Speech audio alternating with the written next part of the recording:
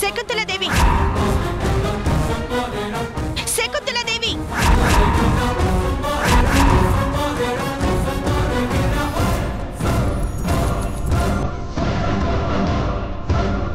శకుంతలాదేవి, తగ్గు.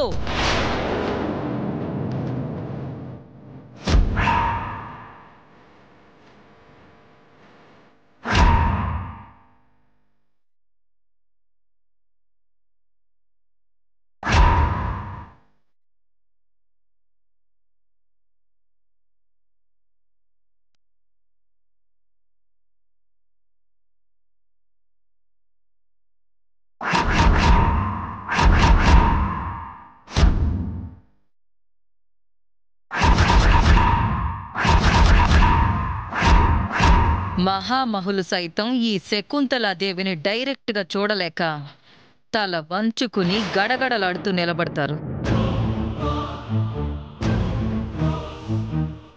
నువ్వేంటి ఏకవచనంతో అది నా ఇంట్లో పిలుస్తున్నావు? పలుకుబడి పనులు చేయించుకుంటుంది, హోదా పనులు చేస్తుంది, చేతకానితనం లంచగొండితనం గడగడలాడేలా చేస్తుంది. కానీ గుండె నిబ్బరం నీతి నిజాయితీ తెగించి ఎదురుగా నిలబడతాయి. మొదటిసారి సీత అని నీ పేరు విన్నప్పుడు మహాసాధ్విలా సాత్వికంగా ఉంటావనుకున్నాను. ఫోన్లో నీ మాట తీరు విన్నప్పుడు నీ ధీమా తెలిసింది. కానీ ఇప్పుడు అర్థమవుతుంది, నీకు ధైర్యం కూడా ఎక్కువే. అదే నా ఆయుధం. టెక్కు కూడా ఎక్కువే. అదే నా ఆభరణం. కానీ లక్కే నీ ఇంటి దరిదాపుల్లో కూడా రాకుండా నీతో దోబూచులాడుతుంది. మిమ్మల్ని దిక్కులేని వాళ్ళని చేసి నువ్వే మాకు దిక్కు అని ఈ శకుంతలాదేవిని మొక్కేలా చేయబోతుంది. లక్కుదేముంది, నీలాగే దాక్కొని అటు ఇటు తిరుగుతూ ఉంటుంది. కొన్నాళ్ళ నుండి దాని పాటికది వెళ్ళిపోతుంది. కాని సంకల్పం మాత్రం ఎప్పుడు ఒకే దగ్గర స్థిరంగా ఉంటుంది. కష్ట నష్టాలు సుఖదుఖాలు ఎన్నొచ్చినా, ముఖ్యంగా నీలాంటి వాళ్ళు ఎంతమంది ఎదురైనా తట్టుకొని నిలబడేలా చేస్తుంది. నీకు ధైర్యం తెగింపు మాత్రమే కాదు, ఓవర్ కాన్ఫిడెన్స్ కూడా ఎక్కువే అనుకుంటా. నన్ను తట్టుకుని నిలబడటం ఎవ్వరి తరం కాదు. ఇప్పటి వరకు నాలాంటి వాళ్ళెవరూ నీకు తగల్లేదనుకుంటా. అందుకే నిన్నెవరు ఏమీ చేయలేరని ధీమా పెంచుకున్నా. నన్ను ఎవడు ఏమీ చేయలేడన్న దుర్యోధన చక్రవర్తి గతి చివరికి ఏమైంది? కౌరవ వంశం నాశనమైంది. శభాష్, పర్ఫెక్ట్. ఇప్పుడు దారిలోకొచ్చావు. అదే మహాభారతంలో శ్రీకృష్ణుడు చెప్పిన మాటలు నీకు తెలిసే ఉంటాయి. తెలియకుండా ఎందుకుంటాయి? టీచర్వి కదా.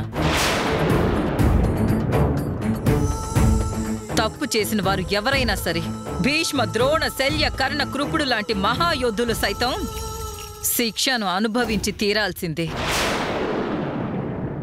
అందుకే ఇప్పుడు నీ భర్త రామరాజు కూడా శిక్షను అనుభవిస్తున్నాడు. అక్కడికే వస్తున్నాను. నా భర్త నీకేం ద్రోహం చేశాడు? నా కుటుంబం నీకేం అన్యాయం చేసింది? ఎందుకిలా పీడించాలని చూస్తున్నా? నన్ను అడుగుతావేంటి? సూది కింద పడ్డా కూడా నీతో చెప్పే రామరాజు గుండెల్లో గుణపంలా గుచ్చుతున్న గతం నీకు చెప్పలేదా? చెప్పడు. ఆ కుటుంబమే అంతా. మోసం చెయ్యటమే వాళ్ళ సాంప్రదాయం.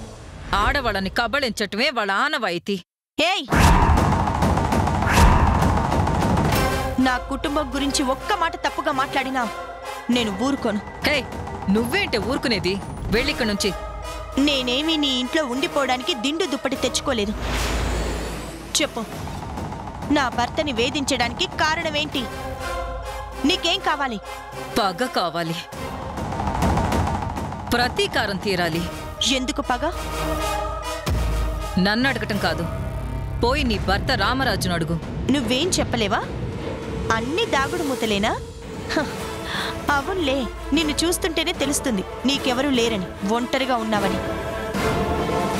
ఏ కుటుంబం లేని నీకు కుటుంబంలోని బంధాలు ఆప్యాయతల గురించి నీకెలా తెలుస్తాయిలే. అందుకే పగలు ప్రతీకారాలంటూ పద్ధతి లేకుండా పెరిగాం. తగ్గు. నేను పెరగటం కాదు, రామరాజు కుటుంబమే నేనిలా అయ్యేలా చేసింది. దాని పర్యవసానమే నీ భర్త జైలు పాలయ్యేలా చేసింది. ఇదింతటితో ఆగదు. ముందు ముందు ఇలాంటివి ఇంకా చూస్తావు. లాయర్లని పోలీసులని డబ్బుతో కొని అహంకారంతో నువ్వేం చేసినా చెల్లుతుందనుకుంటున్నావా? నా భర్తని ఎలా బయటికి తీసుకురావాలో నాకు బాగా తెలుసు. తీసుకొస్తాను. నీ వల్ల కాదు. చెప్పాగా, నువ్వు నా కాళ్ల దగ్గరకొచ్చే రోజు వస్తుంది. అది ఎంతో దూరంలో లేదు. చూద్దాం. చూడు.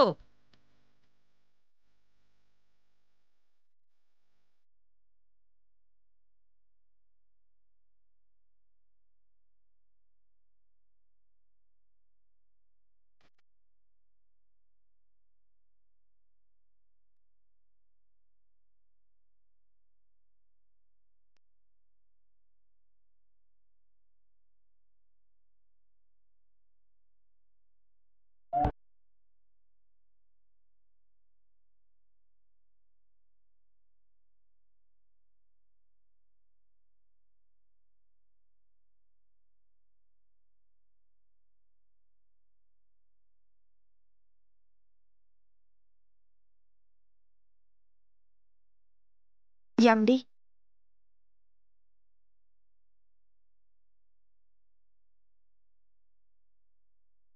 శకుంతలాదేవి ఎవరు?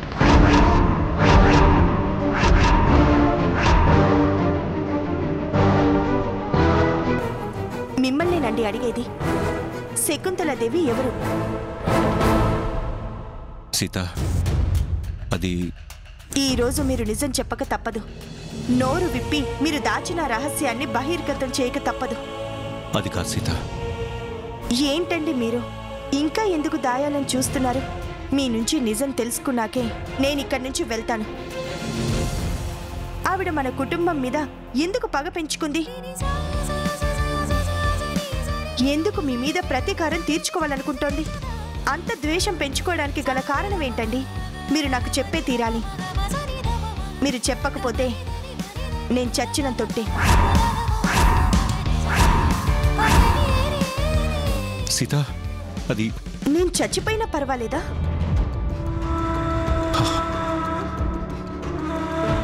చెప్తాను సీత, కానీ నువ్వు నాకు ఒక మాట ఇవ్వాలి. ఏ మాట కావాలండి? నేను ఈ రహస్యాన్ని ఎప్పటికీ ఎవరికీ చెప్పకూడదు అనుకున్నాను. కానీ నువ్వు ఒట్టేసిన తర్వాత కూడా చెప్పకపోవటం ధర్మం కాదని చెప్తున్నాను. నేను నీకు చెప్పిన తర్వాత నీలోనే దాచుకో తప్ప నా తమ్ముళ్ళకు కానీ మరదళ్ళకు కానీ ఈ లోకానికి కానీ చెప్పనని నాకు మాట ఇవ్వు.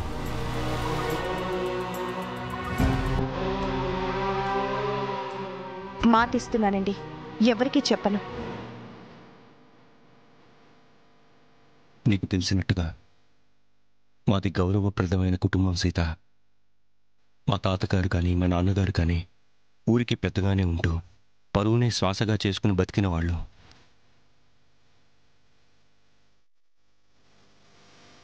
ఎలా పరిచయం అయిందో తెలియదు, కానీ నేను పుట్టిన తర్వాత శకుంతలాదేవి గారు మా నాన్నగారికి పరిచయం అయ్యారు. మొదట స్నేహంతో మొదలైన వాళ్ళ పరిచయం విడదీయలేని అనుబంధం అయింది. శకుంతలాదేవి గారు మా నాన్నగారిని పెళ్లి చేసుకుని పూలు పెట్టడం మొదలుపెట్టింది. పూలు మా కుటుంబానికి ఉన్న గౌరవం వల్ల మా తాతగారి పరువు, మా కుటుంబం పరువు ఇవన్నీ ఎక్కడ పోతాయోనని మా తాతగారికి చెప్పలేక, ఇటు మా అమ్మని ఒప్పించలేక మా నాన్నగారు సతమతమయ్యారు.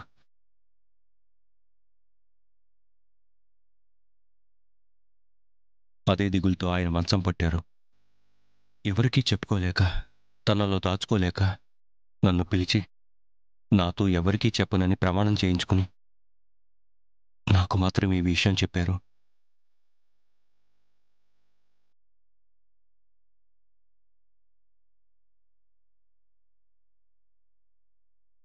ఆయన చనిపోయే ముందు ఆవిడికి ఏదైనా న్యాయం చేయాలి అనుకున్నారు. కానీ అది సాధ్యపడలేదు. రోజులు గడిచిపోయాయి.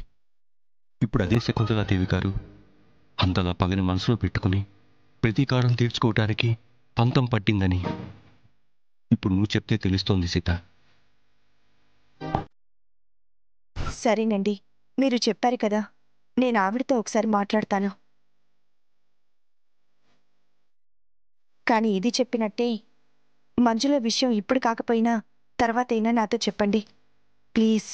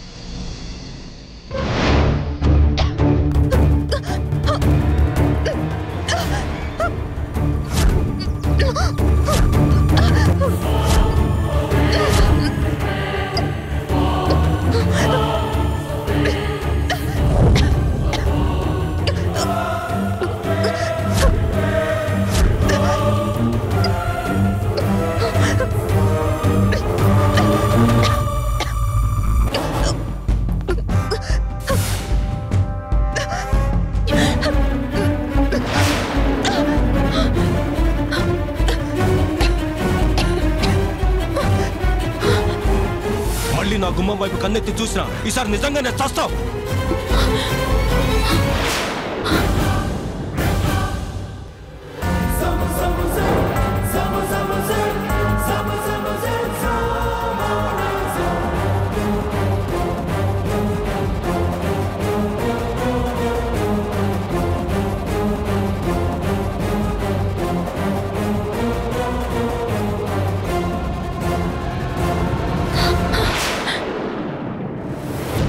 వద్దు వద్దు, నన్ను చంపదు, నన్ను చంపదు, వద్దు వద్దు వద్దు.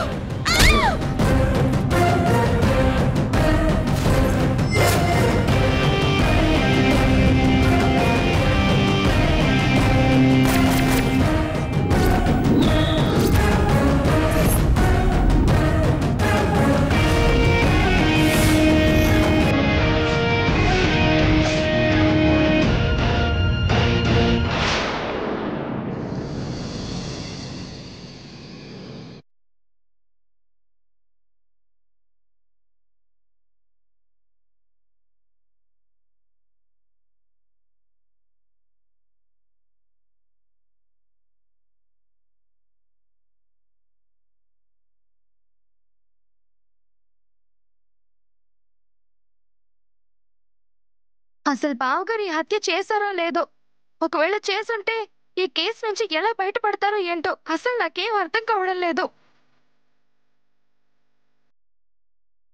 సీతక్క పైకైతే పస్కలాడించుకుంటూ తిరుగుతుందిలే గాని లోపల ఎంత కింద మీద అవుతుందో ఏమో. అవు సీత చెల్లె మస్తు పరేషాన్ అవుతోంది. ఏ లాయర్ కాడికి పోయినా గానీ కేసు తీసుకొని పోమంటుండు. భర్తని కాపాడుకోవాలని పిచ్చిదాని లెక్క ప్రయత్నం అయితే చేస్తుంది గాని తానే అయితలే.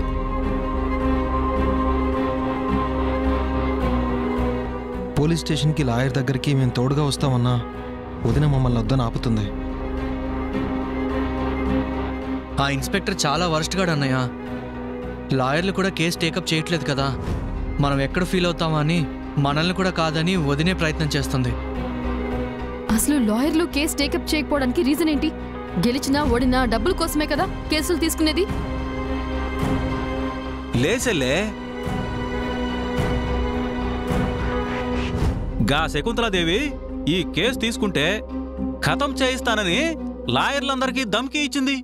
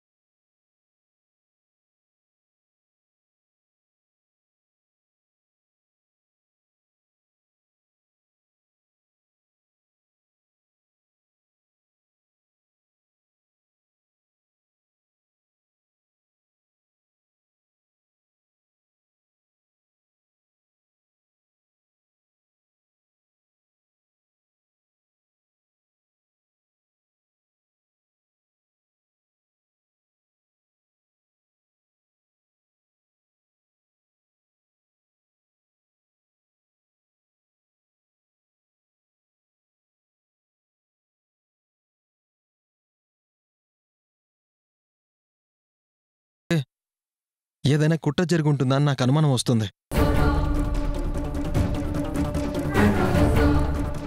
ఏమొస్తే ఏంది? బావగారిని బయటికి తీసుకురానికి ఏదోవలో ఏముందో మనం కూడా సోచాయించాలి కదా.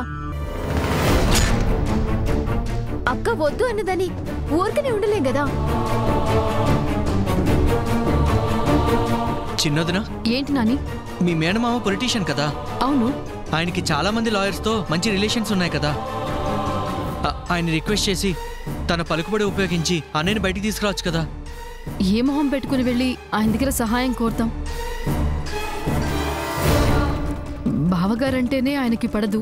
అదీ కాక నేను మన కుటుంబం కోసం వాళ్ళందరినీ దూరం పెట్టాను. మా మావయ్య కోపంతో రగిలిపోతూ ఉంటాడు.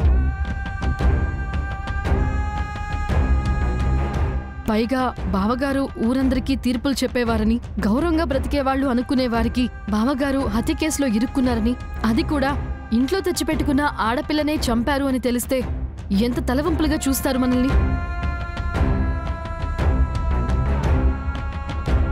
మనకే సహాయము చేయకపోగా బావగారిని ఎప్పటికీ బయటికి రాకుండా ఇంకొంచెం గట్టిగా ప్రయత్నం చేసే అవకాశం కూడా ఉంది. వద్దులే, తెలిసి తెలిసి మళ్ళీ కొత్తగా ఇరుక్కోవడం దేనికి? ఇంకేమైనా మార్గం ఉంటే సోంచాయించి బావని ఎట్లాగొట్లా బయటికి తీసుకురావాలి.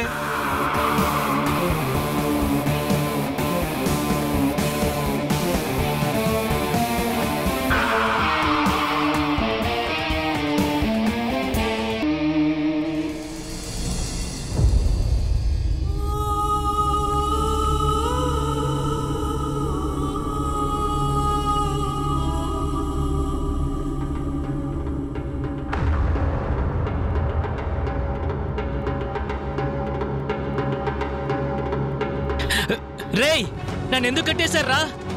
నన్ను వదిలిపెట్టండి. ఎవర్రా మీరు? వదిలిపెట్టండి. రేయ్ రేయ్ రేయ్ వదిలిపెట్టండి రా. కట్లిప్పండి రేయ్. రేయ్ రేయ్, అరిచావనుకో చస్తావు. నోరు మూసుకున్నాడు. రే, ఎవర్రా మీరు? నన్నెందుకు ఇక్కడికి తీసుకొచ్చారు? ఒరేయ్, నువ్వు శకుంతల గారికి నా అతని పని చేశావు. అందుకే నేను తీసుకొచ్చి ఇక్కడ కట్టిపడేశాం. నన్ను బంధించింది పెద్దావిడ. ఇంతకీ సుబ్బలక్ష్మి ఎక్కడ ఉంది? రేయ్, సుబ్బలక్ష్మి గబ్బులక్ష్మి మాకు తెలియదు. నువ్వు అరిస్తే మాత్రం చస్తావు. రే, నన్ను వదలండ్రా, ప్లీజ్ వదలండ్రా, వదలండ్రా. రేయ్, సైలెంట్గా ఉండమని చెప్పానా? రేయ్, పదండ్రా. రేయ్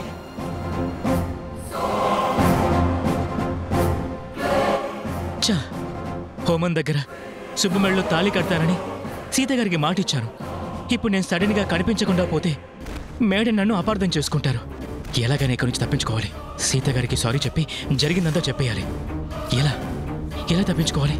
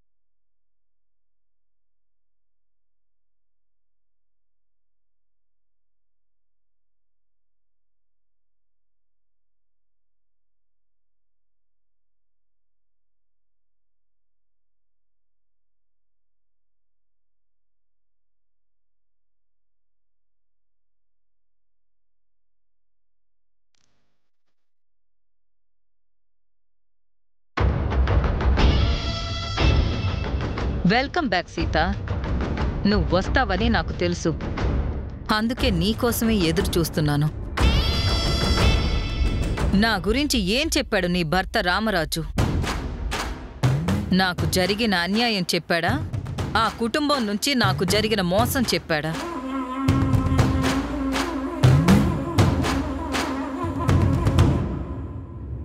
నీ మొహం చూస్తేనే చెప్పాడని తెలుస్తుంది.